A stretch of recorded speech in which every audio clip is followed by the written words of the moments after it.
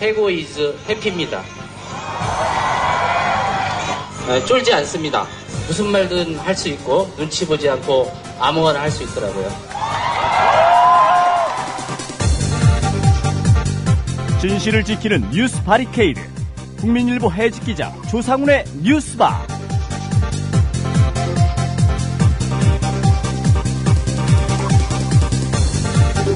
청취자 여러분 안녕하십니까. 조상훈입니다. 절기상 오늘이 입춘인데요. 강추위가 맹위를 떨치고 있습니다. 2월 4일 화요일 뉴스바가 준비한 주요 이슈 소개해드리겠습니다. 북한의 대남혁명 전략 추종 세력이다. 장기간 격리가 필요하다. 대남혁명을 완수하기 위해 목숨을 희생하는 것까지 불사하는 사람들이다. 네, 어제 열린 이석기 통합진보당 의원 내란 음모 사건 재판 결심 공판에서 검찰은 이런 주장 끝에 이 의원에 대해 징역 20년, 자격정지 10년을 구형했습니다. 검찰이 최후 의견을 진술하는 데만 2시간 30분이 넘게 걸렸습니다. 오늘 이슈 탐험에서는 진보당 김재현 의원 연결해서 이석기 의원 결심 공판 관련 얘기 나눠보겠습니다. 남 좋은 일, 다시 말해서 새누리당 좋은 일에 대한 안철수 의원 측의 위기의식이 발동한 것 같습니다. 민주당과 안철수 신당 쪽에서 나란히 연대의 가능성을 열어두는 발언이 나왔습니다. 적어도 공감되는 형성이 돼 있다는 정황도 발견됩니다. 민주당 얘기부터 들어보겠습니다. 한정혜 대변인을 초대석에서 만나보겠습니다. 조중동이 감추는 세상, 조감 세상에서는 오랜만에 제주 강정마을을 찾아갑니다. 지방선거 제주지사 유력 주자들이 해군기지 문제를 열심히 간보고 있는 모양입니다. 잘만 하면 해당 지역 유권자들이 선거를 확실히 이끌어갈 수도 있다는 전망이 나오고 있습니다. 강정마을 해군기지 반대대책위원회 고건일 위원장 모시고 자세한 얘기 나눠보겠습니다. 잠시 광고 듣고 김용민 PD와 함께 조간신문부터 살펴보겠습니다. 조합은 스토리텔링님 신청 광고입니다. 겨울철 최고의 별미 과메기. 고기 한 점에 마늘 쪽파를 얹고 미역줄기로 둘둘 감아 초장을 찍어 먹는 환상적인 맛. 피부엔 탄력을 주고 성인병 예방과 숙취에도 좋은 과메기. 포항 죽도어시장 상인 협동조합이 포항 구룡포 덕장에서 천연동결 건조 방법으로 말려 꼬들꼬들하고 맛깔나는 최고의 과메기를 국민TV 조합원들에게 특별 판매합니다. 이거 뭐길래 이렇게 맛있나요? 포항 구룡포 과메기입니다. 010-9896-8282 010-9896-8282로 전화주시면 총알 배송해드립니다. 학교폭력 예방 앱 스마트 보디가드. 스마트폰 왕따 문자 등 사이버 학교폭력이 6배 이상 늘었습니다. 학교폭력은 언제나 욕설, 모욕, 협박과 같은 폭력 문자를 동반합니다. 그런 학교폭력 문자만을 감지하여 부모님께 알려드립니다. 미리 알면 예방할 수 있습니다.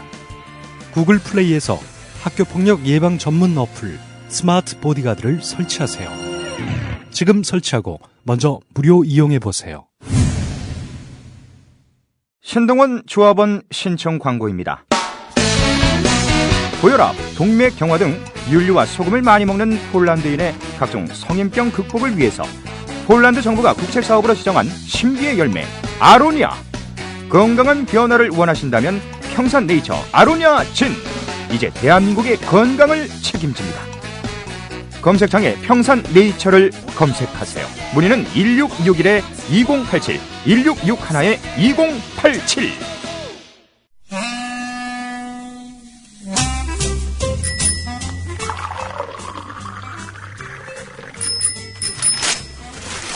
아침 신문 귀로 읽으세요. 김용민의 조간 브리핑. 네, 어제 하루 그리고 밤사이 뉴스를 브리핑해주는 아주 듬직한 남자입니다. 김용민 PD로부터 조간신문 브리핑 받아보시겠습니다. 안녕하십니까? 네, 안녕하십니까? 예, 오늘 첫 기사 어떤 걸로 준비하셨습니까? 예, 뭐 일면 톱 기사는 아닌데요. 주목이 됩니다. 경향신문 12면 기사입니다. 녹색 성장을 표방했던 MB정부 5년 동안 온실가스 배출이 연 3.3% 증가했다는 겁니다. 통계청이 2009년에서 2013년까지 녹색 성장 지표 추세를 분석해서 지난해 12월 20일에 발표한 보고서에 이런 내용이 담겨 있다는 겁니다. 예. 온실가스 총 배출량은 줄곧 증가했다는 건데요. 경제 성장이 지속됨에 따라 온실가스 총 배출량이 2009년 이후 5년 동안 연평균 3.3% 증가했다 이렇게 밝혔습니다. 연평균 3.3% 증가했다라고 말하면 되지 경제 성장이 지속되면서 이렇게 온실가스가 배출량이 증가됐다 이렇게 말하고 있는 거 봐서는 뭐 어쩔 수 없이 온실가스 총 배출량이 증가될 수밖에 없다 이런 점을 통계청이 부연까지 해가면서 역설하고 있는 모양새입니다. 자, 그러나 녹색 성장의 목표와 구호 이건 계속 유지했단 말이죠. 온실가스 발생량과 속도는 여전히 잡지를 못했다. 이렇게 보는 것이 정확한 평가입니다. 기후변화 행동연구소 안병욱 소장은요. 무늬만 녹색이고 알맹이는 갈색 성장인 답답한 현실을 지적했습니다. 뭐 말로만 녹색 성장 이야기했지만 실제로는 뭐 토건 이런 걸 중심으로 해가지고 성장하겠다는 거 아닙니까? 대표적으로 4대강 녹색 성장이라고 얘기했지만 결국 어떻게 됐습니까? 예, 녹조 성장만 이제 불러왔던 것이죠. 자, 그런 의미에서 본다면은 MB 정부의 지난 5년 동안의 경제 성장이라고 하는 것이 녹색 성장과는 무관했다라는 것들을 알 수 있습니다. 예. 4대강과 관련된 기사가 하나 또 있죠? 예. 몇 가지 더 있습니다. 경향신문 신면 기사인데요. 4대강 사업 후에 충주댐물 3,700억 원어치가 낭비됐다. 이런 보도입니다. 충주댐물과 4대강 사업이 무슨 관계가 있을까? 관계가 있습니다. 4대강 사업 때 생긴 보들로 인해서 강우와 기온 여건에 따라서 언제든지 조류가 대량 발생할 수 있는 상태가 돼버렸다. 녹조 성장이 언제든 뭐 겨울이든 여름이든 때를 가리지 않고 발생할 수 있기 때문에 이 녹조를 없애려면 어떻게 해야 되겠습니까? 방류를 해야 된다. 그렇죠. 이 4대강 사업 때문에 충주댐물 3,700억 원어치가 낭비가 됐다는 겁니다. 예. 4대강 사업을 안 했다면 뭐 방류할 이유가 없었겠죠. 사실 물값 3,700억 원, 뭐 가늠이 안 되는데 예. 엄청난 수량일 것으로 이렇게 추정이 됩니다. 예, 그렇습니다. 이 대략 58억 7,500만 톤이라고 하는군요. 2010년부터 2013년까지 수자원 공사가 충주댐에서 방류한 물이 말이죠. 한 3,700억 원어치라는 겁니다. 예. 자, 중앙일보도 4대강 사업을 벌였던 곳 32곳 가운데서 13곳에서 수질 악화 현상이 나타났다. 한강 영월, 낙동강 달성 지점 등 5년 동안 16조 들이고도 개선에 실패했다는 겁니다. 아니, 수질을 유지하겠다는 것도 아니고 수질을 개선하겠다는 목적으로 이 16조를 들였던 거 아닙니까? 예. 근데 수질이 더 악화가 됐다면 이건 또 어떻게 봐야 됩니까? 납득이 안 되는 거죠. 게다가 대구 달성군 다사읍 죽공리 낙동강 중류에서 시작한 달성 지점의 수질은 2009년까지만 하더라도 1급수였는데요. 2급수로 전락할 위기에 놓였다는 겁니다. 예. 자, 농경지에서 들어오는 퇴비, 축산 분뇨 등 오염물질의 영향이 커서 처리 시설을 늘려야 한다. 이 기사만 보면 말이죠. 이건 결국에는 수질 악화는 맞지만 이게 이 축산 분뇨 때문이다. 처리 시설 늘려야 된다. 이런 말로 들립니다. 예.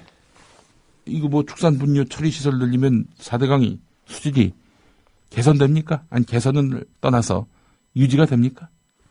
참 중앙일보도 결국 이렇게 4대강 사업이 실패했음을 오늘 13면에서 역설하고 있습니다.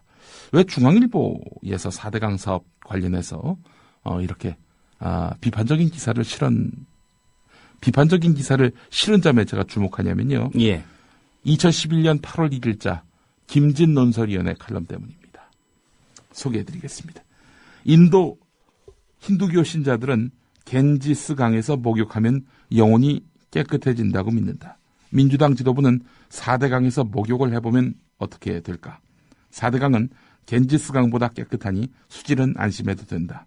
민주당은 씻어야 한다. 광우병, 천안암, 대우나라는 3대 미망이 사라질 때까지. 예. 김진 논선 위원회는 씻어봤답니까? 글쎄 말입니다. 본인이나 우선 씻어보고 그런 얘기를 하든가. 녹조라떼 가득한 강에서 말이죠. 가급적이면 이명박 씨하고 같이 가서 좀 씻었으면 합니다. 이 김진 논설위원회 이 칼럼만은 아주 기념비적인 칼럼입니다. 이거 계속 보존을 해야 될 것 같습니다. 이 김진의 시시각각 칼럼, 2011년 8월 1일자 중앙일보 칼럼. 예, 이거 보존해야 됩니다. 자, 부채를 줄이기 위해서 공공기관들이 이 대책을 내놓았죠. 자, 한국전력, 광물자원공사, 도로공사 이런 공공기관들이 자신들의 본사 부지를 매각하면서 이제 빚을 줄이겠다 이렇게 밝혔습니다. 자, 이 본사 부지를 매각을 하고 이제 본인들은 지방으로 이전한다는 거 아니겠습니까? 예. 이게 팔려야 또 새로 이사 갈 곳을 구하지 않겠습니까? 바로 그 점입니다. 예. 이 공공기관이 그 본사 부지를 이제 매각을 해가지고 그렇게 해서 조달하겠다는 돈이 한 7조 정도 되는데요. 근데 지금 부동산 시장이 어떤 상황입니까? 오늘 세계일보 3면을 보면은 경매 시장에 깡통 아파트가 수북하다. 한 단지에서 30에서 40여 건이 우르르 쏟아져 나온다. 서울에서만 485건, 노원구가 최다다.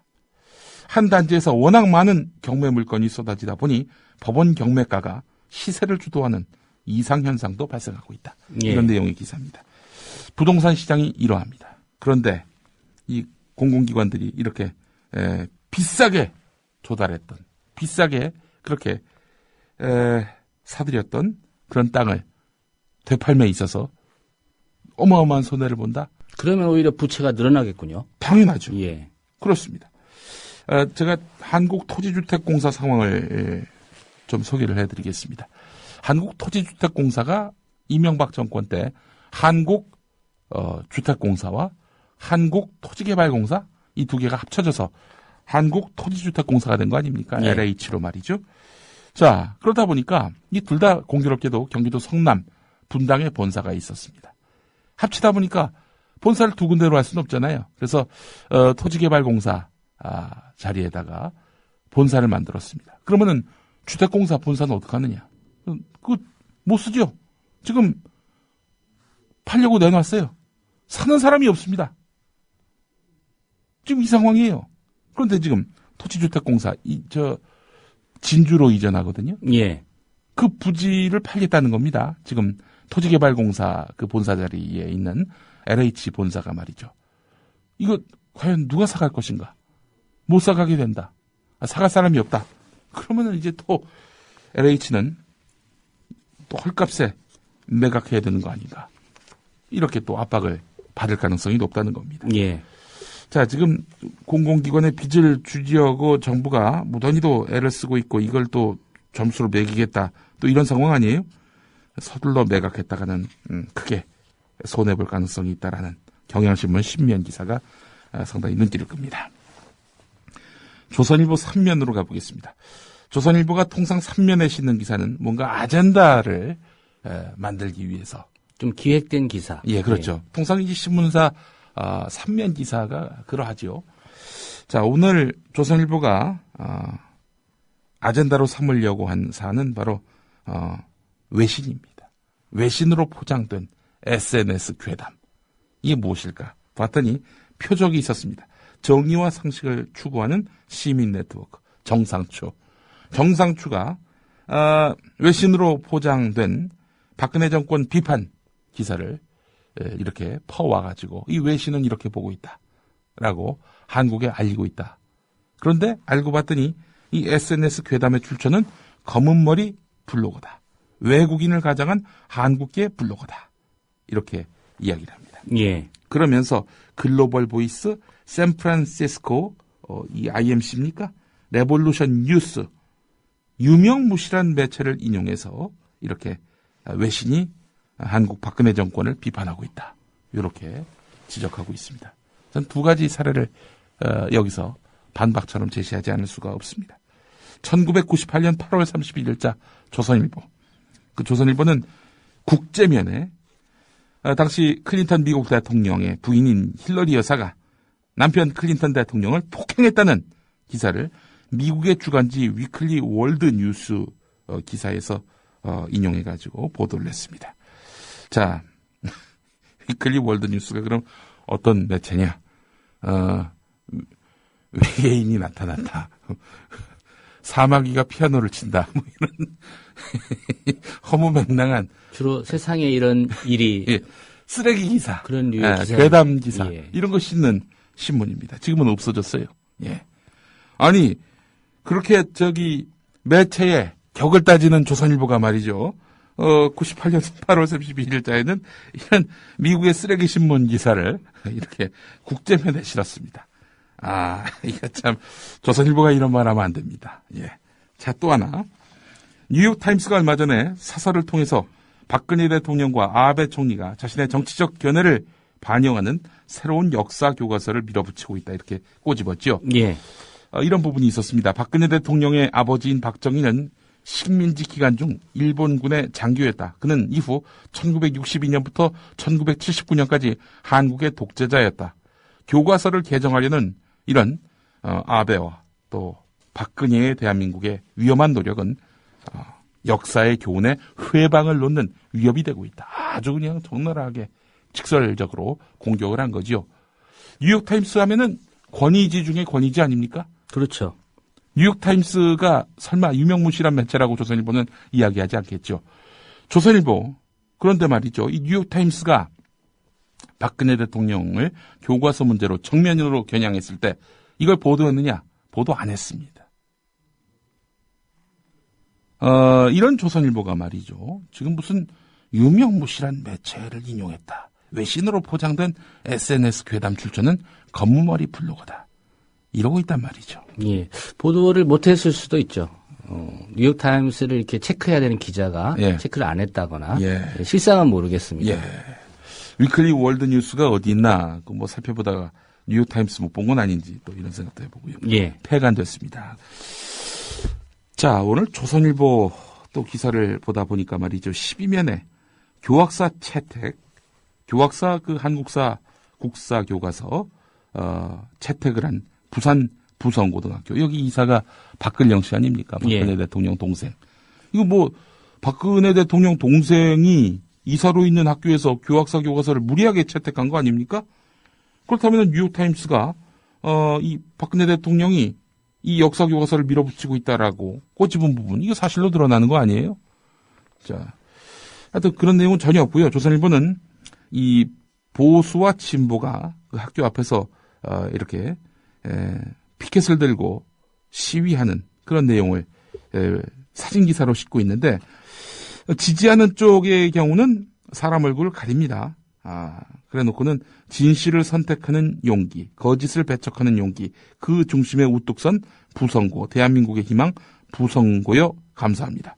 이렇게 피켓을 든 피켓 내용이 다 보이도록 이렇게 사진을 실었고요. 예. 근데 이를 비판하는 시민단체의 그 기자회견, 이거 같은 경우에는요, 사람이 주먹을 쥐고 종이를 들고 구호를 외치는 장면만 보이고 있습니다. 글귀라고는 부성고 책임져라, 이거밖에 없습니다. 자, 이런 걸 보면은 도대체 조선일보가 이 사진을 통해서 보수 진보 반을 갈라가지고 이렇게 균형 있게 보도하는 척하면서 이른바 이 부성고 교과서 채택에 대해서 지지하는 사람들의 입장을 이렇게 강력하게 전하고 있는 거죠. 예. 관련 기사가 있군요. 네, 그렇습니다. 교학사 읽어보려는 시민들, 예약 주문만 10,000권이다. 이런 제목입니다. 이 기사를 딱 접하면은 어떤 생각이 드십니까? 교학사 교과서가 이렇게 좌파의 공세에 결국에는 채택이 곳곳에서 좌절됐지만 교학사 교과서의 가치를 아는 시민들이 무려 10,000권이나 이렇게 개별적으로 예약 주문을 했다. 이런 인상이 들지 않습니까? 예. 실제로 이를 뒷받침하는 그런 기사 내용도 있습니다. 조전혁 본부장은 조전혁 본부장이라면 교학사 교과서 살리기 운동본부의 그 본부장이 조전혁 씨라는 겁니다. 잘 아시는 대로 전 새누리당 의원입니다. 예, 전교적 그 조합원 명단 유출해서 네. 소송에 휘말렸던 그렇습니다. 그분이죠. 작년 2심 재판 결과가 있었는데요. 전교조 조합원 4,584명에게 1인당 10만 원씩 총 4억 5천여만 원을 내라고 판결받은 인물입니다. 예. 대법원 선고가 남아있는 상태인데요. 자, 이분 이야기는, 조전혁 씨 이야기는 이 좌파 단체들의 압박에 못 이겨서 교학사 교과서를 채택한 고등학교들이 차례로 교과서 채택을 철회하는 모습을 보면서 위기감을 느낀 국민이 교학사 교과서 구매 운동에 동참하고 있다. 이렇게 말하고 있습니다. 예. 아니, 뭔 왜곡을 했는지 궁금해가지고 보겠다는 사람들이 더 많지 않겠어요? 아니 이런 상황이라면은 그 교과서로는 채택하지 말고요. 예. 보수 시민단체 교재로 채택하면 되겠네요. 예, 그렇죠. 군인들은 이걸로 배우면 되지 않겠습니까? 글쎄 말입니다. 자, 독도 관련한 그런 교학사의 그 교과서 지금 오류가 또 드러났지요. 그런데 독도 영유권 분쟁이 있다. 이런 식으로 교학사 교과서 기술을 했습니다. 이 친일 교과서 완전 인증한 거 아닙니까? 예. 독도 영유권 분쟁이 있다. 어떻게 이런 말을 쓸 수가 있습니까? 독도는 우리 땅인데 분쟁의 여지가 뭐가 있습니까? 당연히 이렇게 강조해서 가르쳐야 할 교학사 교과서가 독도가 지금 일본하고 분쟁 상태에 있다. 우리 땅이 아닌 것이냐. 이렇게 사실상 문제 삼고 있는 거 아니겠어요? 자, 그런데 교육부가 또 교학사 교과서를 감싸고 나섰습니다. 독도 관련한 기술, 교학사뿐 아니라 8개 종 모두 문제가 있다. 따라서 모든 책은 수정하라. 이렇게 이야기를 한 겁니다. 교학사만 지금 뭐 영유권 분쟁이 있다. 이런 식으로 얘기를 해가지고 문제가 되고 있는데 나머지 7개 종 뭐가 문제냐 이겁니다. 실제로 교육부는 7종에게 어떤 문제가 있는지를 밝히지 못했습니다. 예. 자, 이런 교육부의 처사를 보면은 정말 어처구니가 없습니다. 예. 조선일보 또 하나 더 보겠습니다. 조선일보가 오늘 13면에서 한겨레 20일 특별판을 문제 삼고 나섰습니다. 한겨레 20일 특별판, 이 제목이 말이죠. 박근혜 대통령 사진이 있고 2년간 당황하셨어요? 이런 제목의 그런 특별판입니다. 예. 이거 설 때 이 철도노조가 2만여 부를 열차 좌석에 비치를 했습니다. 조선일보 표현으로는 멋대로 비치했다는 겁니다. 그래서 코레일 직원들이 수송에 애를 써야 되는데 이거 수거하느라고 전쟁을 치렀다라는 겁니다. 내용 대부분이 좌파 주장이 담겼다. 이런 내용입니다. 아니, 지금 KTX 타보신 분들 잘 아시겠습니다만은 그 KTX 타면은 그 바로 좌석 앞에 코레일 홍보물들이 이제 들어가 있지 않습니까? 제가 지난 정권 때 하여튼 지역 MBC에서 일을 하느라고 KTX를 참 많이 이용했는데 그때마다 이 KTX 이 코레일이 비치한 그 유인물을 보면은 4대강 홍보하고 말이죠. 이명박 정권의 어떤 정책을 홍보하는 수단으로 활용을 했습니다. 그거는 괜찮고 한겨레 20일 이게 언론사가 만든 이런 특별판 이거는 비치하면 안 되고 아니 공공시설에서 말이죠. 이러면 안 됩니까? 조선일보는 이 철도노조가 한겨레 20일 특별판을 멋대로 비치했다라면서 문제 삼고 있습니다. 건강한 여론 또 언론 환경이 조성된 사회에서는 뭐 정부 정책을 비판하는 그런 내용들도 얼마든지 시민들이 공공장소에서 공유할 수 있어야 됩니다.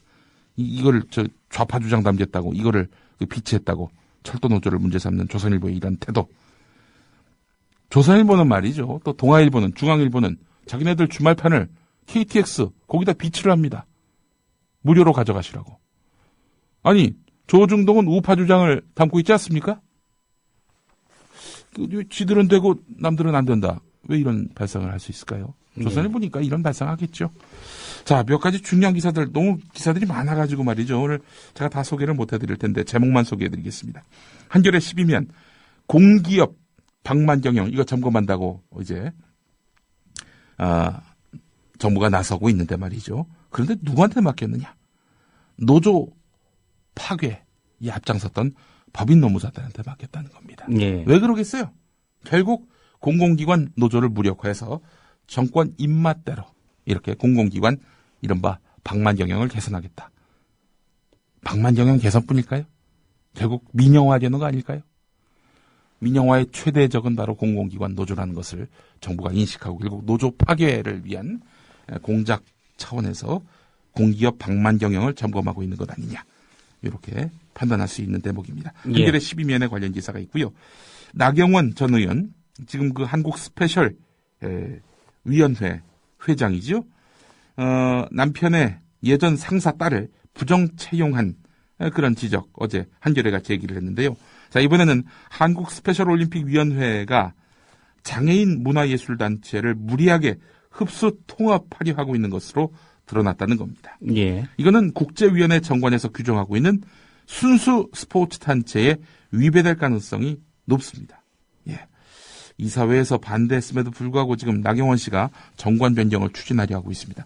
무슨 목적, 무슨 의도일까요? 한겨레 10면을 보시면 관련 기사를 접하실 수가 있습니다. 한겨레 또 1면 기사를 보면은 정부가 삼성에다가 준 직접 보조금만 한 해 1,684억인 것으로 나타났다. 대기업들한테 이렇게 정부 돈이 어마어마하게 이제 쏠리고 있다. 이렇게 2천억이 약간 안 되는 돈. 2천억이 약간 못 되는 돈. 예. 이런 돈이 지금 삼성에게 한 해 이렇게 지원됐다. 이런 내용이고요. 현대차는 883억, 한진이 567억, 한화가 465억 이런 식으로 받아 썼다는 겁니다. 2012년에 말이죠. 예. 자, 하나만 더 보겠습니다. 조선일보 5면을 보니까 정몽준 새누리당 의원 서울시장 나간다 만다 뭐 말이 계속 왔다 갔다 했죠. 자, 왜 그렇게 왔다 갔다 했을까? 그 고민을 조선일보 5면을 보면은 알 수 있습니다. 이 현대중공업 주식, 이게 주식 부자 아니에요? 정몽준 의원이 말이죠. 자, 이 서울시장 만약에 나가려면 이 주식 처분해야 되는 거 아닌가? 이것 때문에 계속 골몰을 했다는 거예요. 예. 근데 따지고 보니까 울산 현대중공업과 서울시는 인허가 같은 이런 직무상 관련성이 없기 때문에 주식 안 팔아도 된다. 나름 이렇게 결론을 내린 것 같습니다. 그래서 출마에 장애물이 없다 이렇게 판단을 해서인지 당에서 이렇게 제안을 하면은 가볍게 생각하지 않겠다 또 이렇게 나오고 있습니다. 예. 오늘 여기까지 듣겠습니다. 김용민 PD였습니다. 예, 감사합니다. 500원으로 즐기는 나만의 커피. 원두 쇼핑몰 헝그리 커피. 최정상급 로스터가 1년 이하 최고급 뉴크롭 생두를 로스팅해 즉시 배송해드립니다. 대량 구매 시 가격이 할인됩니다. 검색창에 헝그리 커피를 검색하세요. 헝그리커피.com. 헝그리 커피에서 원두를 구매하시는 분들께는 차량용 국민TV 스티커 2매를 함께 보내드린다. 안녕하세요. 참여연대 회원인 MBC 해직 기자 이용마입니다. 2014년 대한민국은 과거로 회귀하고 있습니다. 민주주의에 꽂힌 선거에 국가기관이 대대적으로 개입해 국민의 권리를 짓밟았습니다. 하지만 불법을 저지른 정부는 비판하는 사람들에게 오히려 종북 딱지를 붙이고 있습니다. 경제민주화와 복지국가를 만들자는 국민과의 약속은 실종되고 공공부문 민영화가 국민의 동의 없이 강행되고 있습니다. 그래서 20살 청년 참여연대는 다시 신발끈을 묶습니다. 진실과 정의가 승리하는 나라, 권력이 국민에게 복종하는 나라, 특권층만이 아니라 대다수 국민이 행복한 나라를 만들기 위해 더 열심히 뛰겠습니다. 국민TV 라디오 청취자 여러분, 참여연대에 회원이 되어 함께 뛰어주세요.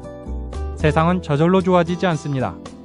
회원가입은 홈페이지 www.peoplepower21.org 또는 전화 02-723-5300번을 통해 할 수 있습니다.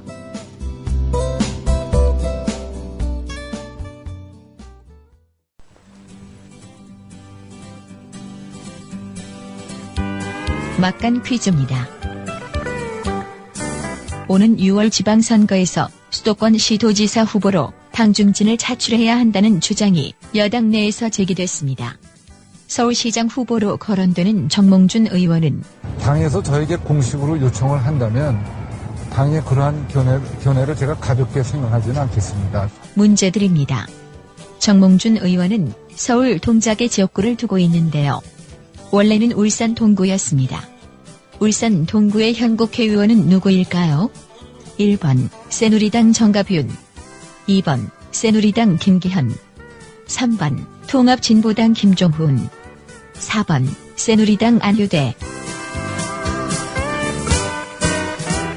정답을 아는 분은 답과 함께 연락 가능한 이메일 주소를 남겨주세요. 두 분을 추첨해 음반을 선물로 드립니다.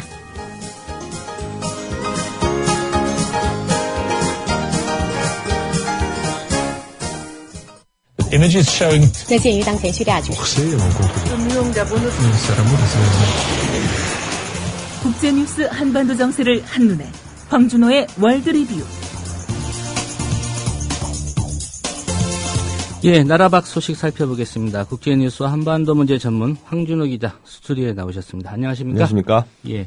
존 케리 미 국무장관의 발언부터 살펴봐야 될 것 같습니다. 중국에서 남북 통일 문제를 얘기하겠다 이런 얘기했죠? 예, 케리 장관이 독일 뮌헨에서 열리는 안보회의에서 했던 발언인데요.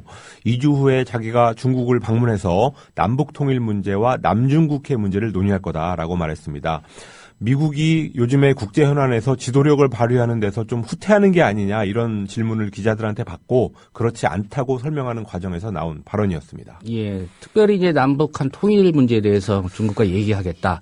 우리 입장에서는 좀 특별히 의미를 둬야 되는 발언 아닙니까? 예, 그렇습니다. 그렇지만 아직까지 정확한 의미를 조금 파악하기는 힘든데요. 미국이 육자회담하고는 별도로 한국, 일본은 물론이고 중국하고도 북한 정세를 적극적으로 협의하겠다. 이런 뜻 정도로 받아들여지고 있습니다. 예. 미국과 중국은 2000년대 중반부터 전략대화라는 걸 하면서 한반도에 급변 사태가 일어나면 어떻게 할 건지 등등에 관해서 논의해 온 걸로 알려져 있습니다. 아마 그런 흐름에서 나온 발언 같은데 어쨌든 미 국무장관이 공개적으로 이 통일 문제를 그것도 한국이 아니라 중국하고 협의하겠다고 한 점에서 이례적이라는 평가가 나옵니다. 그렇지만 중국하고 미국이 이 한반도 문제에 대해서는 이해관계가 많이 다르기 때문에 두 강대국이 뭔가를 도모한다 이렇게 보는 거는 조금 과도한 해석인 것 같습니다. 예.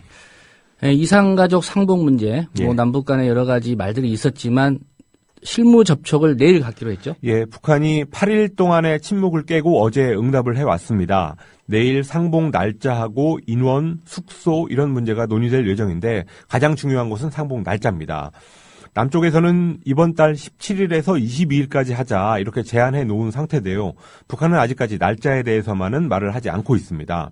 24일부터 한미연합 군사훈련이 예정돼 있기 때문에 그 전에 상봉이 이루어져야 된다는 게 남쪽의 입장인데 예. 북한은 군사훈련을 하면은 남북관계가 진전되기 어렵다 이런 입장을 강조하기 위해서 그걸 보여주기 위해서 키리졸브 훈련이 끝나는 3월쯤에 하자 이렇게 수정 제의할 가능성도 있어 보입니다. 예, 우리 측이 제안한 그런 일정을 감안했을 때 예. 준비 기간 충분하다고 보시는지요?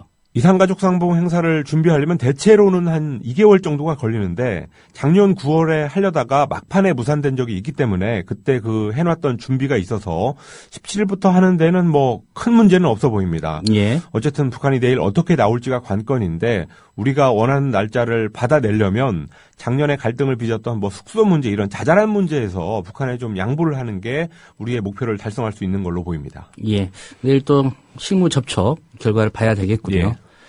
예, 중일 간의 뭐 요새 분위기 안 좋습니다만은 미국의 키신저 전 국무장관, 중국과 일본 무력 충돌 가능성이 있다 이런 발언을 했군요. 예, 요즘 여러 사람들이 이런 비슷한 얘기를 하고 있는데 키신저 전 장관이 독일 뮌헨 국제안보회의에서 전쟁의 유령이 아시아를 배회하고 있다라는 말을 했습니다. 키신저는 현재 아시아의 상황이 19세기 유럽과 비슷해서 군사적인 충돌 가능성을 배제할 수 없다는 말도 했는데요. 정확히 100년 전 1914년 세계 1차 대전이 시작될 당시의 유럽 상황에다가 현재 동북아 상황을 비유한 겁니다. 아베 일본 총리도 지난달에 현재의 중일 관계에 대해서 1차 대전 전 독일과 영국의 관계가 유사하다 이런 말을 했던 적이 있었습니다. 예, 이렇게 말한 배경, 뭐 영토 분쟁이나 과거사 문제 같은 그런 이유 때문이겠죠? 그렇습니다. 중국과 일본 사이에는 생각구 열도 문제를 오랫동안 영유권 문제 갈등이 오랫동안 있어왔고 또 해결될 기미가 현재도 없습니다. 그리고 작년 12월에 아베 총리가 야스쿠니 신사를 참배하면서 지금 현재도 격렬하게 말싸움을 하고 있고요. 또 지난 2월 1일에는 중국의 동중국해 방공식별구역에서 중국의 전투기하고 일본 전투기가 추격전을 벌인 일도 있었습니다. 예. 이런 분위기에 대해서 파이낸셜 타임스의 마틴 울프 수석 논설위원, 아주 유명한 평론가인데 이 사람이 이런 말을 했습니다. 시진핑 중국 주석과 아베 일본 총리 같은 강력한 민족주의 지도자들이 동시에 중국과 일본에서 집권하면서 파멸적인 갈등을 초래할 위협이 존재한다. 이렇게 우려했습니다. 예, 아베 총리나 키신저 전 장관이 말한 예. 중일 관계가 19세기 유럽과 비슷하다. 이 맞는 평가입니까? 예, 19세기 유럽의 갈등이라고 하면은 식민지배 경쟁 과정에서 나온 제국주의 국가들 사이의 충돌이었는데요. 지금을 그 100년 전 상황하고 비교하는 건 무리라는 해석도 있습니다. 현재 일본을 통제하는 거는 미국인데 미국이 중국하고 충돌할 생각이 아직은 없고 또 미국과 중국 간의 군사력 격차가 여전히 커서 중국도 그런 쪽으로 가는 걸 원하지 않는다는 게 조셉 나이 미국 하버드대 교수 이런 사람들의 분석입니다. 예. 그렇지만 어쨌든 말싸움이 거칠어지면은 국지적인 충돌 이런 것들은 언제든지 벌어질 위험성은 있다고 봐야 될 것 같습니다. 예. 이런 상황에 대해서 유명한 영화 감독이죠. 올리버 스톤 감독이 쓴소리를 했다는데 어떤 내용입니까? 예, 올리버 스톤 감독은 단순한 영화 감독이 아니라 정치적인 목소리를 아주 적극적으로 내는 미국의 지식인인데요. 오바마 대통령이 중국을 견제하려고 일본 아베 정권의 우경화를 묵인하고 있다고 비판했습니다.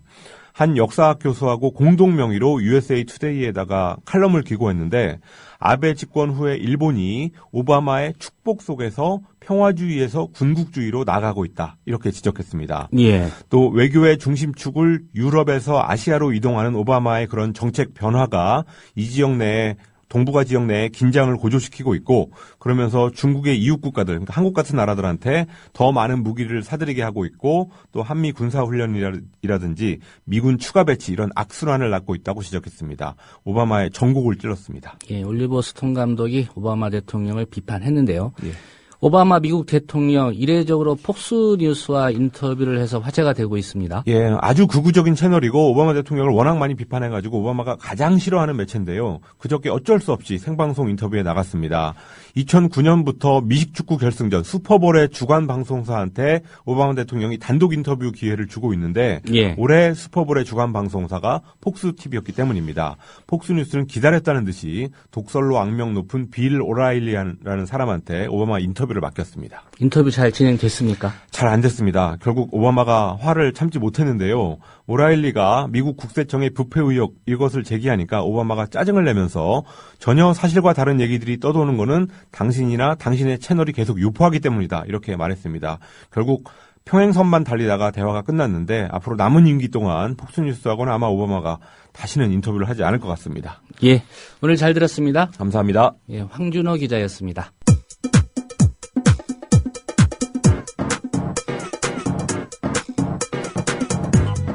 조상훈의 뉴스바. 이제는 이슈 탐험입니다. 네, 징역 20년 만만치 않을 거라는 짐작은 했지만 그렇다고 쉽게 예상한 분들도 별로 없을 것 같습니다. 검찰은 이석기 통합진보당 의원을 장기간 격리해야 한다 이렇게 주장합니다. 어제 있었던 이석기 의원 내란 음모 사건 재판 결심 공판 얘기 같은 당의 김재현 의원과 나눠보겠습니다. 네, 김 의원님 안녕하십니까? 네, 안녕하십니까. 예, 건강은 많이 회복하셨습니까? 아, 예, 건강합니다. 예. 어제 공판에 직접 참관하셨죠? 예. 일단 어제 그 검찰의 구형 내용을 좀 정리를 해주시죠.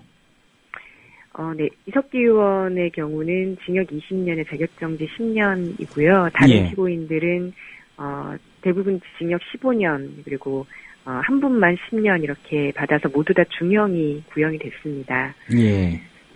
이 정도의 형량 김 의원님께서는 어느 정도 예상하셨는지요? 예상이라고 말하기보다는요, 그 재판 과정에서 검찰이 내란 음모를 했다는 이른바 아루 조직의 실체를 전혀 규명을 못했고, 북한과의 연계도 밝히지 못했다는 것을 실토를 했는데, 그럼에도 불구하고 이렇게 중형이 구형된 것은 청취자분들도 다들 예상하셨겠지만 박근혜 정권이 국정원 대선 개입 사건을 다뤘던 최동욱 검찰총장과 윤석열 사팀장을 찍어낸 이후에 검찰 조직 장악이 더욱 노골화될 것이라고 예측을 하지 않았습니까? 그것이 현실화된 것이라고 보는 거고 검찰이 정치적 결론을 내려놓고 거기에 맞는 근거들을 찾지 못했음에도 불구하고 이것을 밀어붙인 최소한의 법률적 양심도 내던진 구형이었다 이렇게 보고 있습니다. 예. 어제 재판정에 나온 검사 측만 9명인 걸로 보도가 됐는데요. 이 중요 사건이기 때문에 뭐 공판검사나 수사검사들이 구형량을 뭐 단독적으로 결정하진 않았을 것 같은데 어떻게 보십니까? 이 20년 징역 20년 구형량 어떻게 결정됐다고 보시는지요? 어제 재판 과정에서 검찰이 했었던 말 중에 북한과의 연계를 밝히지 못했다라고 한 실토가 있었습니다. 중요한 부분인데요. 예. 그럼에도 불구하고 그 다음에 이어지는 이야기가 참 가관이었습니다. 검찰은 북한의 지시 없이 독자적으로 자생적으로 활동할 수 있는 그런 남한 내 조직이 더 위험하다 이렇게 주장을 했습니다. 결국은 이미 이 사건은 내란 음모였다라고 결론을 내려놓고 자신들이 그동안 몰아가고자 했었던 방향대로 예. 근거를 마련하지 못했음에도 불구하고 여전히 그 결론을 주장하고 있는 이런 상황들을 보면 애초부터 이 사건을 조작한 것이었다는 것이 더욱 명확해진다고 보고요. 예. 결국은 이석기 의원과 통합진보당을 정치적 희생양으로 삼아서 국정원의 불법 대선 개입 사건을 덮고자 했었던 정권의 의도가 고스란히 반영된 결과다라고 보기 때문에 이 부분에 대해서는 몇몇 검사들의 어떤 개인적인 판단을 넘어서는 부분이라고 예상할 수 있습니다. 예, 구형량 자체가 정권의 의도가 좀 반영이 됐다 이렇게 보시는군요. 예, 매우 정치적인 결론을 갖다 붙인 거죠. 여러 가지 근거들을 가지고요. 예. 어제 밝히신 그 검찰의 최후 의견 진술 부분 중 말씀하신 부분입니다. 북한과의 연계는 밝혀내지 못했지만 이 자생적인 조직이 더 위험하다. 이런 진술을 이제 검찰이 했다는 건데 반대로 북한과의 어떤 연계점을 또 밝혀냈다면 만에 하나 그러니까 위험하다는 논리 펴지 않았을까요? 당연히 그랬겠죠.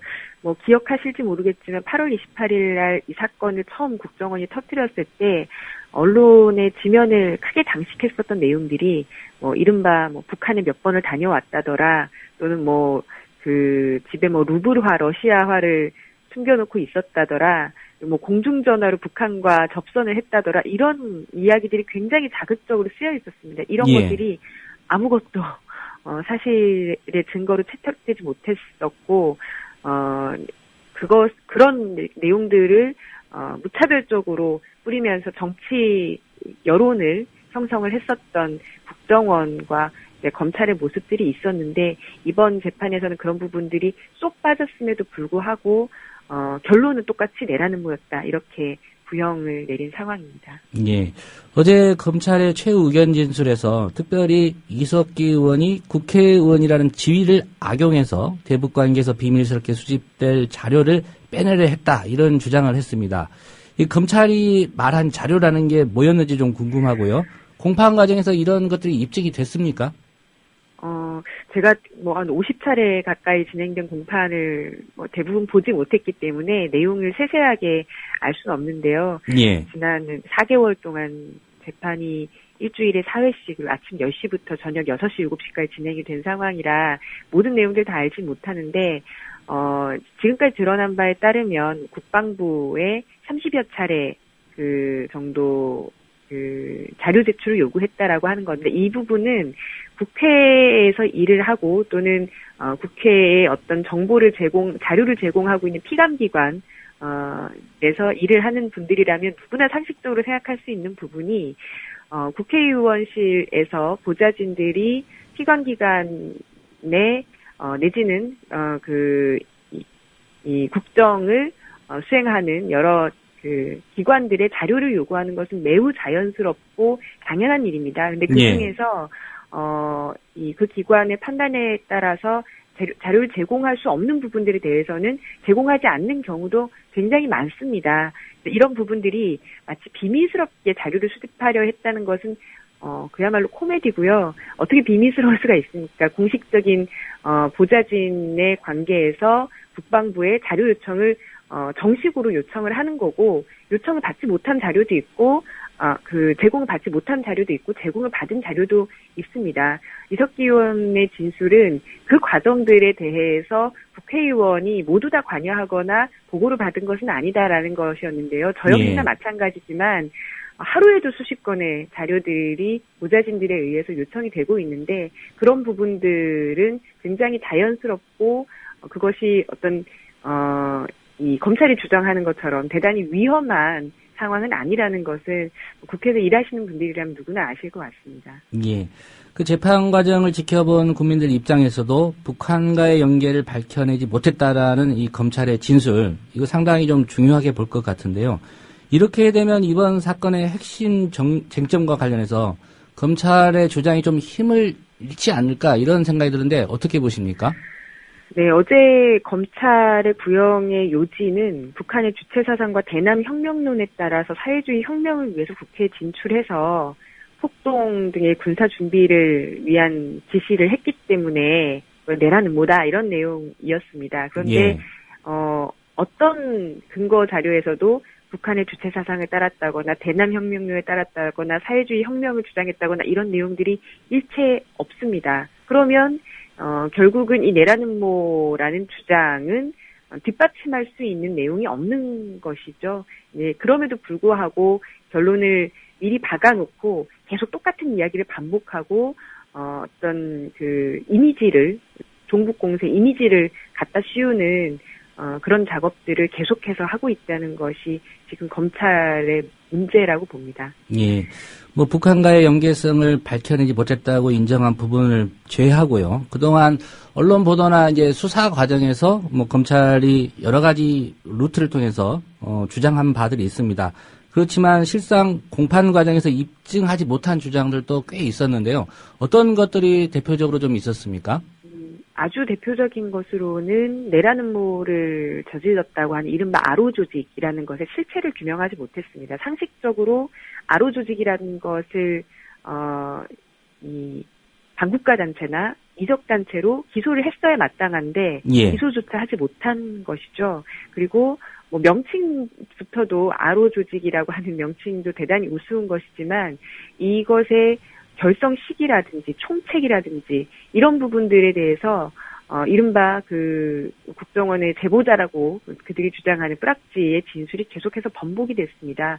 결성 시기가 이석기 의원이 과거 2003년에 그 감옥에 있었을 당시에 본인은 거기에 가입을 했다라고 뿌락지가 진술을 했다가 나중에는 이게 이석기 의원을 총책으로 지목하려고 하다 보니 결성 시기가 맞지 않아서 예. 그런 부분들을 번복을 하고요. 이 아로 조직의 총책에 대해서도 처음에는 이석기 의원이라고 얘기하지 다른 사람으로 이야기를 했다가 지난해부터 이석기 의원으로 얘기를 바꾼 거죠.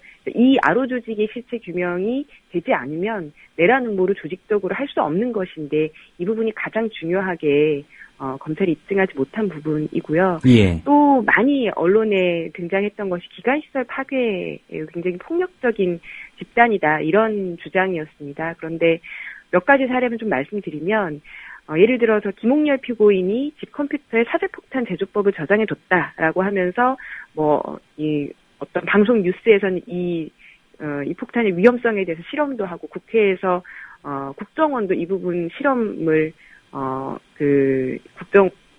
정보위 회의 장소에서 보여주고 했었었는데 이것은 건강정보 사이트에서 내려받은 의학상식 파일들이었습니다. 그리고 예. 이상우 피고인의 경우도 스마트폰으로 한국전력을 검색한 것을 두고 국가기관시설에 대한 정보 수집이라 이렇게 주장을 했는데 그 부인이 한전 주식 900주 3천만 원 가량을 보유하고 있었다고 합니다.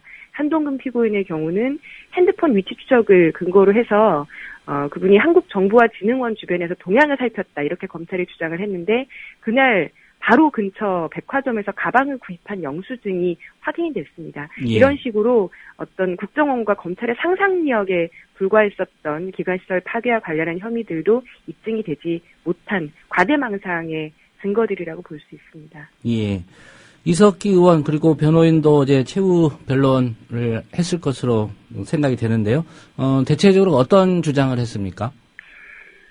일단 이석기 의원은 종북 논란에 대해서 북한을 추종한다거나 심지어 소련을 따른다거나 이런 생각을 가지고 지금까지 진보 운동을 했었던 것이 아니고 예. 오직 우리 대한민국의 한국의 민중들의 힘을 믿고 지금까지 활동을 해왔었던 자신의 소신을 밝힌 바 있고요. 결국 이런 내란음모 사건이 박근혜 정부의 영구집권 음모를 위해서 야권 연대를 깨고 통합진보당 무력화시키고 종북공세를 강화하기 위해서 만들어졌던 것이다라는 주장을 했습니다. 예. 그 많은 국민들이 이번 그 사건 또 재판을 지켜보면서 언론에 의해서 좀 잘못 인식할 수도 있지만요. 그 종북 논란에 대해서 이석기 의원이 좀 명료하게 어떤 입장 표명을 해야 되는 거 아니냐 이런 의견을 가진 분들도 있을 것 같은데 혹시 그런 부분에 대한 언급은 없었습니까? 어제 최후 진술에서는 북한을 추종하거나 따른 적이 전혀 없었다는 내용을 골자로 해서 예. 자신이 가지고 있는 그 진보 운동에 대한 생각을 밝힌 바 있고 그 전까지도 강연의 내용에 대한 진술이라든지 본인이 가지고 있는 의동활동에 대한 생각 같은 것들을 이야기하면서 그리고 자주민주 통일이라고 하는 검찰이 대남혁명 노선이다라고 주장하는 그 부분이 오래전부터 한국의 대한민국의 진보주의자들이 만들어온 형성해온 운동의 노선이었으면 이런 부분들에 대해서 강력하게 주장을 했었습니다. 예. 보수 언론이나 여론은 북한의 3대 세습 비판이라든가 이런 발언이 나오면 그 종북 아니구나 또 이렇게 인식하기도 하는데 그런 언급은 없었는지요? 제가 듣지는 못했고요. 예. 그것을 어떤 종북을 피할 수 있는 근거라고 이야기하는 것은 그야말로 보수 언론의 프레임이라고 생각합니다. 예. 선고가 그렇게 길게 남아있지는 않습니다. 17일 오후 2시에 있을 예정인데 김재현 의원께서는 그 재판부의 판단 어떻게 전망하고 계십니까? 이번 내란음모 사건의 결과가 결국은 통합진보당에 대한 정당해산 심판에도 영향을 미칠 것이고, 예. 2012년부터 광풍으로 몰아닥쳤던 종북공세, 그로 인한 야권의 분열 이런 부분들과도 크게 영향을 미칠 것이기 때문에 많은 분들께서 주의 깊게 보실 거라고 봅니다. 이번에 이석기 의원의 무죄 석방을 탄원하는 탄원서가 10만 3천여 장이 재판부에 전달이 되었습니다. 예. 사실 이런 상황에서 탄원서 한 장을 쓴다는 것이 굉장히 어려운 일이었음에도 불구하고 많은 분들께서 이렇게 마음을 모아주신 것에는 이 사건의 결과가 사건 관계자들 내지는 통합진보당에만 국한되어 있는 것이 아니라 대한민국 민주주의의 주소로 확인하는 중요한 좌표가 되고 있기 때문에 그렇게 이 무게를 실어주시는 거라고 보고요. 지난 4개월간의 재판 과정에서 무죄가 충분히 입증됐습니다. 저희 그 변호인들이 굉장히 많은 노력들을 했습니다. 재판부가 부당한 정치 공세에 휘둘리지 않고 법 정의에 따라 실체적 진실을 가릴 수 있도록 충분히 변론을 했다고 생각을 하고 이제 검찰의 정치 검찰의 모습을 낱낱이 드러난 만큼 최후의 법정을 실현할 수 있는 재판부에 대한 기대를 마지막으로 해보는 거고요. 박근혜 정권에 맞서서 이 내란음모 누명을 벗고 진보당을 지키기 위해서 저희도 끝까지 노력할 겁니다. 예, 오늘 말씀 감사하고요. 나중에 선거 후에 한 번 더 인터뷰 요청드리겠습니다. 김재현 의원님. 네, 고맙습니다. 네, 지금까지 통합진보당 이석기 의원 내란음모 사건 어제 결심 공판이 있었는데요. 관련해서 같은 당의 김재현 의원과의 인터뷰였습니다. 권력에 종속되거나 사장을 권력이 내려보내는 언론은 절대로 민주화될 수 없고 중요한 게 광고 아닙니까? 경영 때문에. 네. 대자본의 눈치를 보면은 결국 우리가 여러 가지 사례에서 보듯이 독립이 어려운데 네. 이 국민TV가 미디어 협동조합을 만들어서 네. 정말 십시일반으로 네. 권력이나 대자본에 의존하지 않으면 앞으로 대한 언론이 아니라 어느 날에는 주류 언론으로 발전하지 않을까를 기대합니다. 동아일보 해직 언론인의 모임인 동아자유언론 투쟁위원회 김종철 위원장의 말입니다. 미디어 협동조합은 동아투이 선배들의 못다 이룬 꿈을 실현하겠습니다. 조합원이 돼서 힘을 실어주십시오. 포털 사이트에서 미디어 협동조합 국민TV를 입력하시고 홈페이지에 들어오셔서 조합원으로 가입해 주시면 됩니다.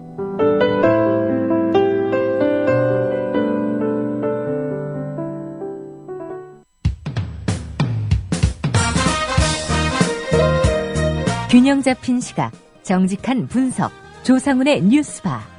이어서 초대석으로 만납니다.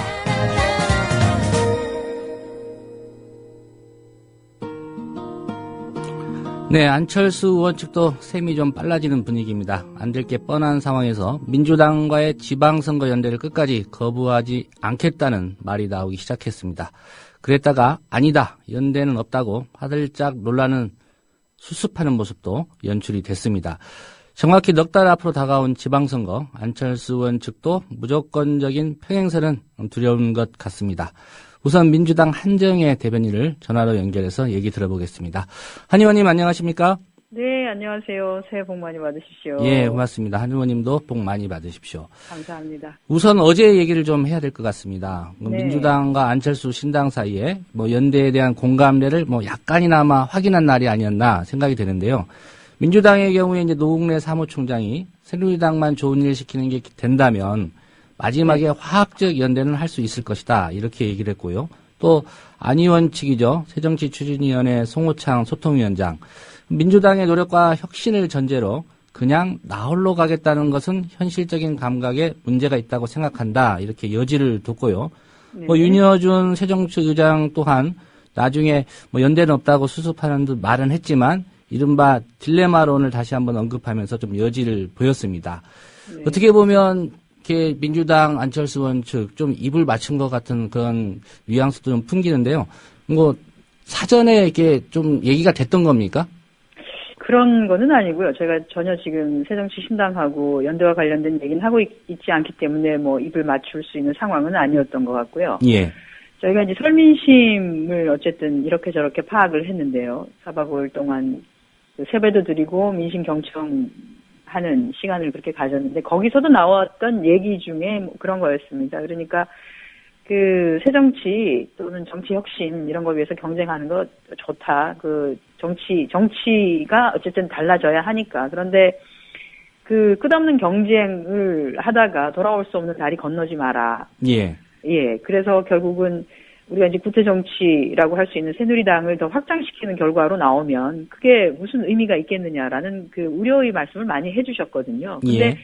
저희한테만 그런 얘기들을 하지는 않으셨겠죠. 국민 여러분들께서. 그래서 아마 그런저런 얘기들을 비슷하게 다 들었기 때문에 그런 우려의 목소리를 들었기 때문에 사실은 비슷한 얘기를 답변을 할 수밖에 없었던 거 아닌가 싶긴 합니다. 예. 그러면 민주당이 청취한 민심 중에는 지방선거 앞두고 연대해야 된다 이런 의견이 많았습니까? 연대를 해야 된다라고 하시기보다는 방금 말씀드린 것처럼 어쨌든 지금 왜냐하면 우리 당은 아예 이제 지금 명확하게 안철수 그러니까 새정치신당과는 경쟁적 동지 관계입니다. 그래서 저희가 특검 국가기관의 개선에 대한 불법 개입 이런 것에 대해서는 특검을 또 기초선거에서의 정당 공천 폐지 이런 것에서는 동지적 관계로 같이 목소리를 내고 그리고 예. 새정치 또는 정치 혁신과 관련해서는 경쟁하는 관계를 가지겠다 이렇게 말씀을 드리고 있죠. 그래서 그래 그거 좋다 좋은데 그렇게 경쟁하다가 혹시 새정치의 경쟁이 오히려 경쟁의 대상이었던 구태 정치를 더 확장시키는 결과로서 결과론적으로 그런 결과가 나와서는 안 된다라고 하는 어떻게 보면 곧 선거가 있는데 경쟁해서 돌아올 수 없는 다리 건너지 마라라고 하는 그런 말씀을 주셨고요. 그건 이제 정치와 관련된 그런 말씀을 주셨고, 민주당이 수권 정당이었는데 자신감 가지고 제 역할을 해라. 이런저런 부분에 있어서. 그래서 당 내부도 일치 단결을 해서, 한 목소리로 그렇게 새정치를 위한 경쟁에 앞서고 자신감 가지고 제 역할을 하고 새누리당을 이겨달라. 이런 말씀도 주셨고요. 예. 그리고 가장 저희가 걱정스럽게 많이 들었던 것은 지금 이제 한 1년을 지나 보니 박근혜 정부하고 새누리당에 대한 국민들의 실망이 굉장히 많이 커지셨어요. 그래도 신뢰의 정치를 하시겠다고 하셨고 그것을 일정 부분 좀 기대를 하셨던 국민들께서 한 1년이 지났는데 공약을 거의 대부분을 공약 개선이라는 말씀은 하고 계시지만 파기를 한 것에 가까워서 이렇게 된다라고 하면 믿을 수가 있겠느냐. 그래서 그거에 대한 실망이 아주 많이 크니까 민주당이 수권 정당답게 제 역할을 좀 다 해달라. 이런 말씀들이 많으셨습니다. 예. 그리고 어제 민주당이 이제 국회의원 특권 내려놓겠다 이런 걸로 좀 대표되는 이른바 김한길표 혁신안 발표를 했습니다. 물론 네. 당내에서 충분히 논의가 없었다 이런 반발도 있었긴 했는데요. 네. 혁신안 어떤 내용 담고 있습니까? 주요 내용은 공직자들이 부정부패, 그러니까 어떤 사안에 대해서 관여해서 이권을 챙기거나 또는 이권을 챙기지 않는다 하더라도 면피성으로 이렇게 빠져나가는 경우가 있었죠. 대가성이 아니라는 이유로 처벌을 받지 않은 그런 것들이 있었는데 지금도 그런 판결들이 나오고 있고요. 이런 것이 없게 하겠다. 그래서 대가성의 여부와는 관계없이 청탁이라든지 하는 것에 관련이 될 경우에는 어쨌든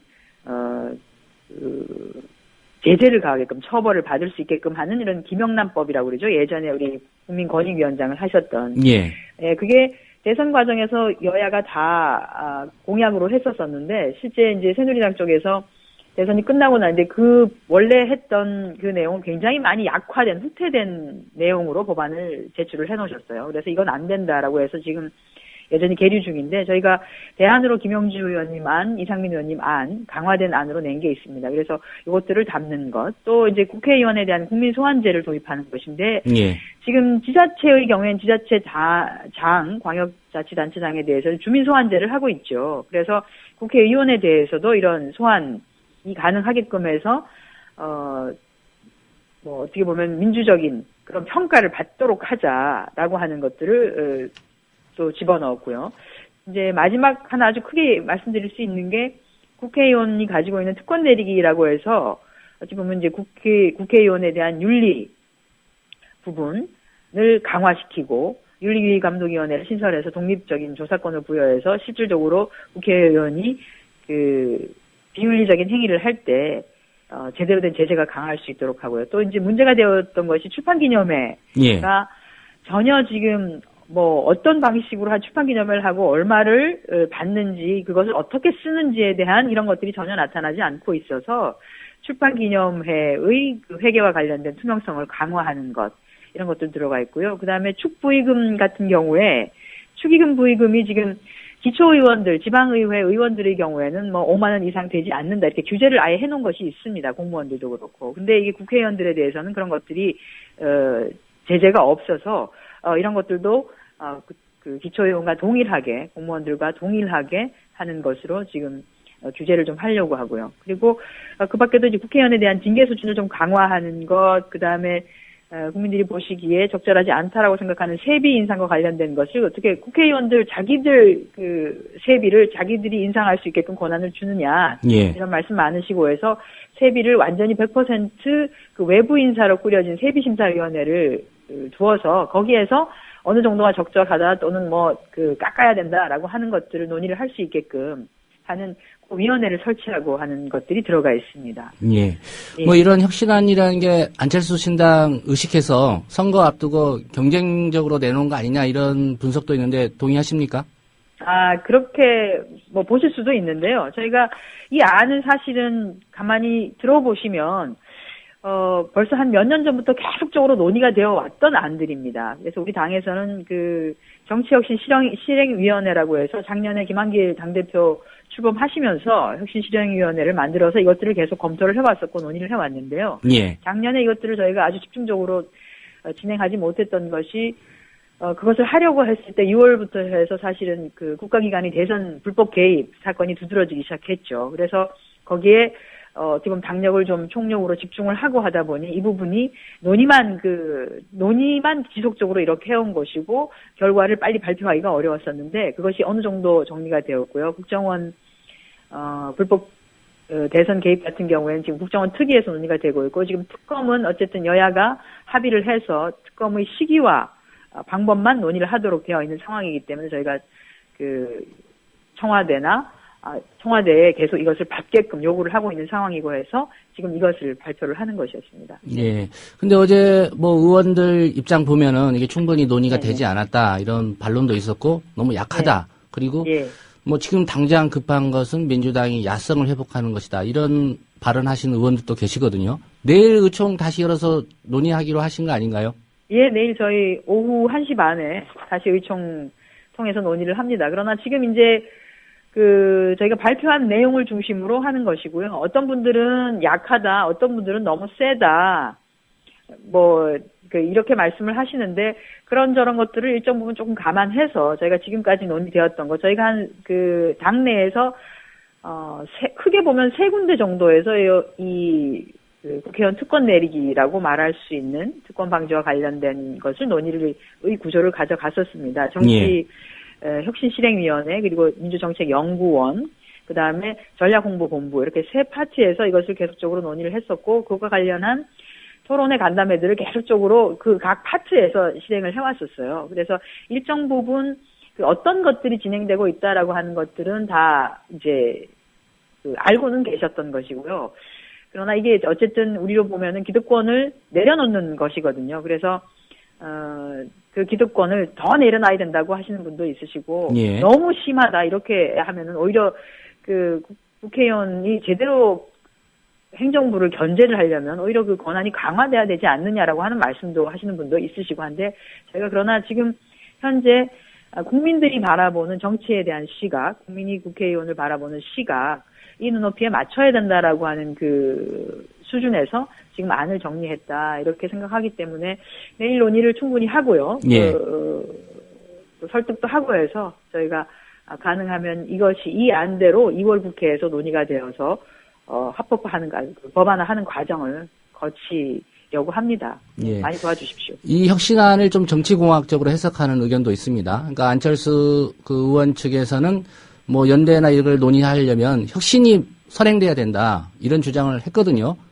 네. 민주당의 혁신안 발표 진작부터 준비하셨다고 말씀을 하셨지만 일종의 그런 안철수 의원 측의 그런 요구에 대한 화답이라고 볼 수도 있을까요?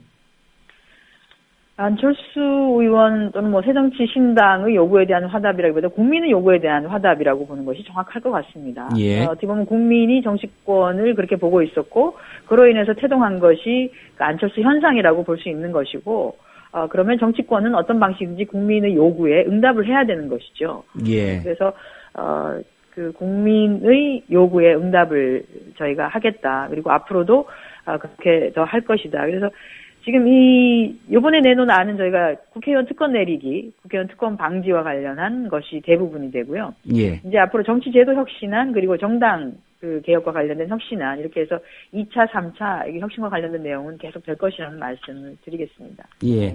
어제부터 2월 임시국회 열렸습니다. 민주당이 이번 임시국회에서 집중하고 있는 쟁점 어떤 건지요?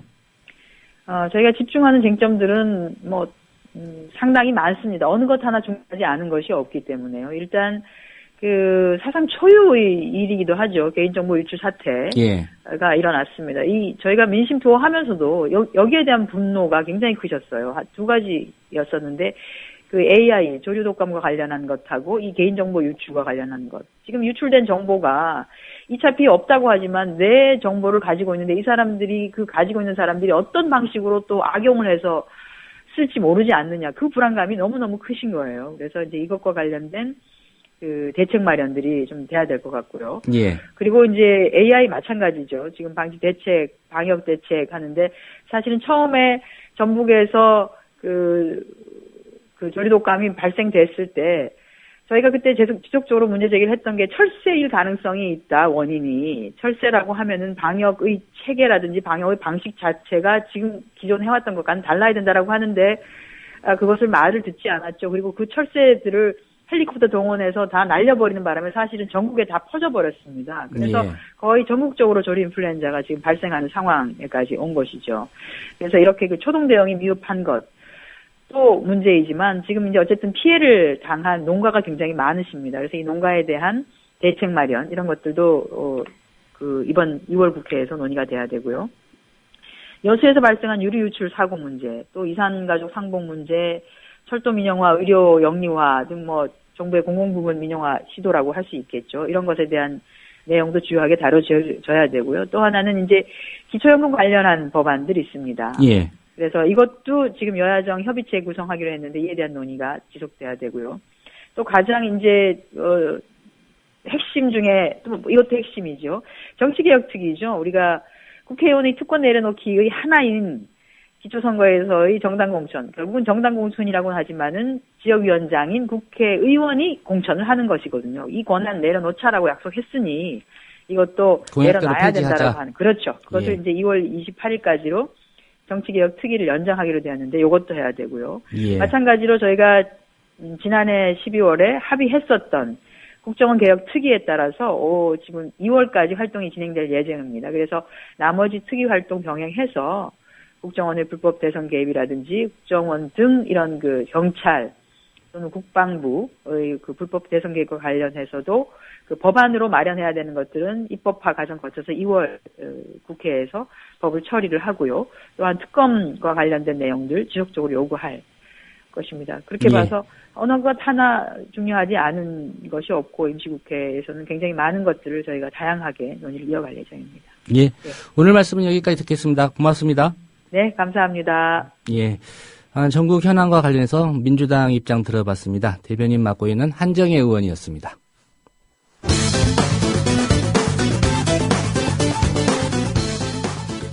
박근혜 대통령은 거짓말로 국정원의 대통령 선거 불법 개입에 대한 책임을 회피하고 있습니다. 총체적 관권 부정선거에 대한 모든 책임을 지고 마땅히 사퇴해야 합니다.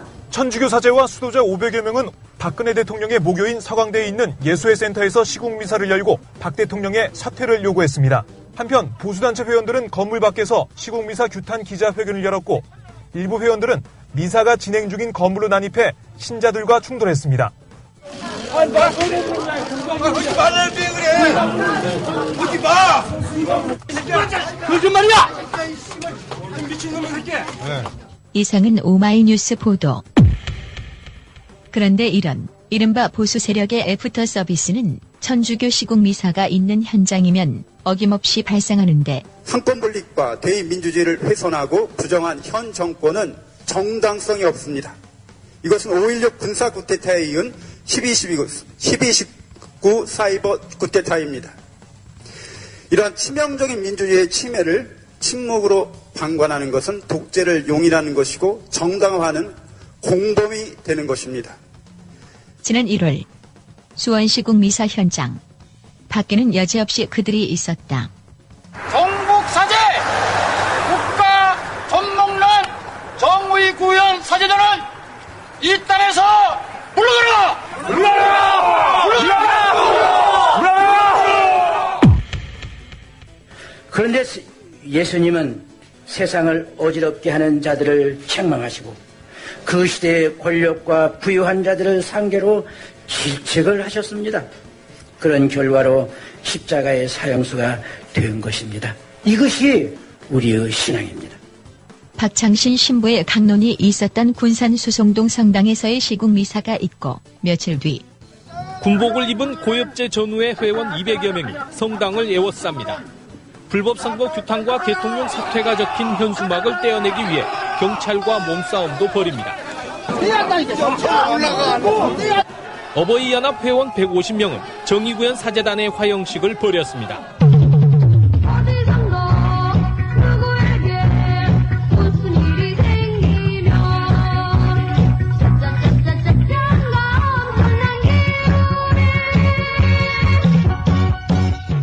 군산이든 수원이든 가리지 않고 나타나는 어르신들.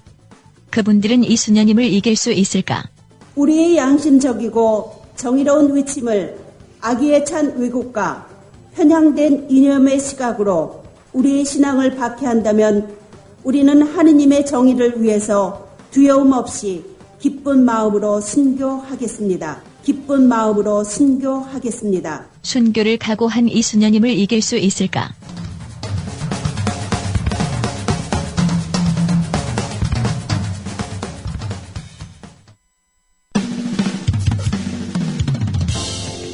여러분은 지금 국민일보 해직기자 조상훈이 진행하는 국민TV 라디오 아침 시사 프로그램 조상훈의 뉴스바와 함께하고 계십니다. 네, 화요일 조감세상 코너입니다. 조중동으로 대표되는 보수 기득권 언론이 감추는 세상, 조감세상. 오늘은 제주 강정으로 내려가 보겠습니다. 제주 역시 지방선거전에 돌입한 모습인데요. 지금까지는 새누리당 소속 우금민 현지사, 그리고 민주당 김은남 의원, 안철수 신당 측 신구범 전 제주지사가 3파전을 벌이는 양상입니다. 제주도의 이번 지방선거 최대 이슈는 역시 해군기지 문제가 될 것 같습니다. 그런데 유력 주자들에게 해군기지 문제는 양날의 칼처럼 여겨지고 있는 것 같습니다. 아직 이렇다 할 입장들을 내놓은 사람이 없는데요. 강정말 해군기지 반대대책위원회 고건일 위원장 모시고 자세한 얘기 나눠보겠습니다. 고 위원장님 안녕하십니까? 네, 안녕하세요. 예, 우선 지방선거 딱 이제 4달 앞으로 다가왔는데요. 현재 제주도 그 도지사 선거전 분위기는 좀 어떻습니까? 그 PD님이 말씀하신 내용대로겠지만요. 예. 네, 민주당 후보는 내부 경선을 통해봐야 이제 정해질 것이고요. 네, 근데 저간에 떠도는 말로는 어쨌든 처음에 말씀하신 대로입니다. 역대 그 제주도지사 선거는 그 박빙의 결과를 보여왔는데요. 예. 특히 이번 선거는 3파전이 예상돼서 그 차이가 아주 더욱 미세하게 결정될 확률이 높다고 봐야겠죠. 예. 특별히 지방선거와 관련해서 제주도는 최대 이슈 이제 해군기지 문제인데요. 이를 입증하는 여론조사 결과도 나온 걸로 알고 있습니다. 구체적으로 어떤 결과였죠? 예, 그 신년을 맞이해서 여론조사가 실시됐고요. 거기에서 강정 해군기지 문제가 도내 갈등 문제로 첫 순위로 조사가 되었습니다. 예. 예, 그런데 후보들이 이 문제에 대해서는 누구 하나 입을 열고 있지 않아서 지금 최대 이슈가 되고 있다고 보이지는 않습니다. 예. 그 뜨거운 이슈긴 한데 정작 말해야 될 사람들이 말을 안 하고 있다. 이런 네, 상황이네요. 그렇죠. 예. 그 이유는 뭐라고 보십니까? 지금 해군기지가 공정률이 50%가 넘어가고 있기 때문에 예. 이러한 상황에서 어떠한 현실적인 공약을 후보들이 내놓는다고 해도 이에 당사자인 강정 주민들이 환영하지 않을 것이라는 예측을 하고 있는 것 같고요.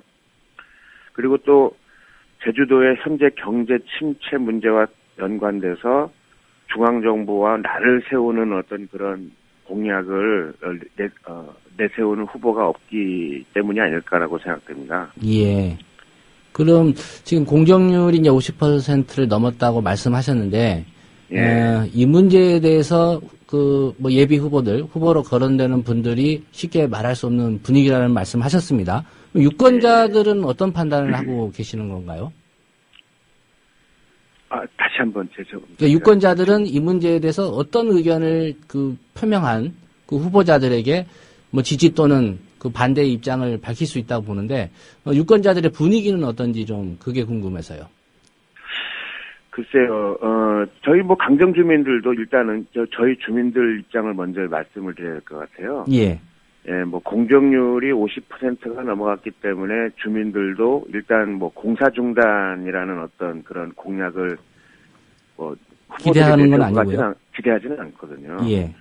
그렇다 하더라도 제주도에 이런 어떤 전략적인 군사기지가 세워지는 것이 결코 평화에 도움될 거냐, 오히려 부정적인 입장인 건 분명하기 때문에, 군항보다는 민항으로 이 전환을 이렇게 꾀하는 그런 공약이라든가, 아니면 민항의 기능을 확실하게 보장받는 그런 도지사 후보들이 나온다면은 도민들이나 강정 주민들의 지지가 그만큼 올라가지 않을까 그렇게 생각하고 있습니다. 예. 반대 대책위원회 차원에서 유력한 후보들에게 그런 지금까지 말씀하신 그런 주민들의 입장을 혹시 전달하신 적이 있으신가요? 아직은 없습니다. 앞으로 계획은요? 글쎄요, 일단은 분위기를 더 봐야 될 것 같고요. 그리고 주민들의 의지를 확실하게 더 모아내야 될 것 같습니다만은, 어쨌든 제주도가 4.3을 겪었던 그런 곳 아닙니까? 예. 그렇기 때문에 평화에 대한 열망이 다른 어떤 지방도시보다 크다고 봅니다. 그렇기 때문에, 이런 어떤 그 제주도에서 그 폭력적인 방법을 통한 어떤 그 기지 건설을 하는 이 사업에 대해서는 대부분 거부감을 갖고 있다고 저희들은 생각하거든요. 예. 그렇기 때문에 이런 팽팽한 선거를 통해서 적극적으로 도민 다수의 의견을 모아낼 수 있다면 후보들에게도 이제 분명한 해결 의지를 가지고 나서야 지지가 모아질 것이라고 만들 수는 있겠죠. 예. 예. 그 반대 대책이 입장에서 본다면 말씀하신 이제 공사 중단을 지금 요구하기에는 좀 그렇고 군항의 기능보다는 이제 민항의 기능을 좀 확대하거나 좀 완전히 보장해주는 어떤 공약이 나온다면 그에 따라서 판단을 할 것이다 이런 입장이시지 않습니까? 뭐 그것도 하나의 방법이지 않겠느냐라고 생각되는 거죠. 그런데 주민들은 여전히 이렇게 예. 백지화를 주장하시는 주민들도 계시고요. 예. 예, 그리고 이제 보다 현실적으로 해결책을 좀 제시해주는 어떤 그런 도지사를 기대하는 주민들도 계시기 때문에 의견을 더 모아봐야 된다는 거죠. 예. 예. 결국은 이제 다수의 의견이 어느 쪽에 좀 무게가 있느냐라는 그런 문제로 갈 수밖에 없을 것 같은데요. 예. 예. 어떻게 좀 모아질 거라고 보십니까? 그래도 일단 현실 가능성 있는 공약을 내세우는 후보에게 그래도 마음이 모아지지 않겠습니까? 그래도. 예. 네. 고 위원장님께서 최근에 우금민 지사를 향해서 지사 자격이 없다 이렇게 비판을 하신 그 보도를 봤습니다. 예. 어떤 배경에서 이런 말씀을 하셨는지요? 일단 도지사로서 중앙정부에게 어떤 것을 요구할 때는 나름대로의 비장의 카드를 좀 갖고 있어야 되는 거잖아요. 예. 그 비장의 카드가 공유수면 면허권이었는데 이것을 우금민 지사는 애초에 이것을 포기를 해버린 도지사였거든요. 그래서 이렇게 중앙정부에게 고개를 숙여버린 도지사이기도 했지만 최근 도의회에서 통과된 인권조례를 거부해서 제의 요구를 했습니다. 예. 국가폭력으로 희생을 당한 4.3의 섬에서 똑같이 국가폭력으로 희생당하고 있는 강정을 완전히 저버리는 행동을 보였기 때문에 그런 어떤 말씀을 하게 된 거죠. 예, 그 두 가지 이유 때문에 비판을 하셨다 이런 말씀이시고요. 네. 최근에 이제 박근혜 대통령이 뭐 특별 사면을 실시했습니다. 뭐 제한적이긴 했지만요. 그 강정 주민들 입장에서는 그 해군기지 문제로 사법 처리된 분들이 꽤 있기 때문에 혹시나 하는 좀 기대를 하셨을 것 같은데 어떤 입장이시고 주민들 반응은 어떤지 좀 궁금합니다. 사법 처리가 굉장히 많았죠. 꽤 있을 정도가 아니라 순수한 주민들만 해도 200여 명이 사법 처리를 당했고 6명의 주민이 실제로 교도소를 다녀올 정도였거든요. 예. 뭐 여기 평화 활동가까지 합치면은 뭐 그 수는 거의 2-3배로 늘어나고요. 그러니까 이 정도로 사법 처리가 심했던 인권 유린이 심했던 곳인데 사면이 있을 것이다라고 기대를 저희들이 뭐 일말의 기대를 조차도 아예 안 했다라는 건 아니겠지만 예. 애초에 기대를 하지 않았어요, 사실은. 왜냐하면 뭐 박 대통령이 자신의 권위에 도전하는 사람들에게 정면으로 이렇게 묵살하는 정책을 펴왔잖아요. 예, 그렇기 때문에 저희들은 우리 강정 문제에 대해서 사면을 할 것이다라고 애초에 기대하지 않았던 거죠. 하지만 결과를 보고 나니까 더욱 씁쓸하죠. 뭐 하지만 뭐 박 대통령께 꼭 드리고 싶은 말씀은 예.